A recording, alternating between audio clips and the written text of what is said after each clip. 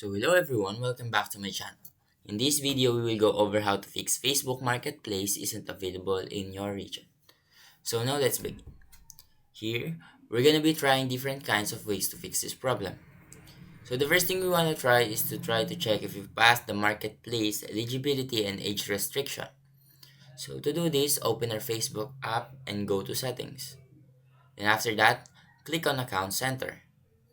Under the account settings, click on personal details. Then click on your birthday.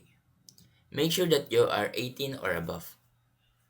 If the problem still persists, then let's go to the next one. The next one is to check if our Facebook application is up to date. So to do this, go to Play Store and search for Facebook app. If it says open, then it is up to date. But if you see update, click it and this will likely to fix the problem.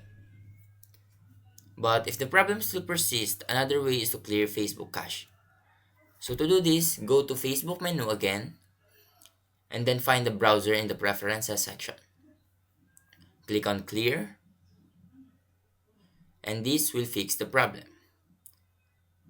But if the problem is still there, we can try to make sure that our Wi-Fi or signal has strong connection.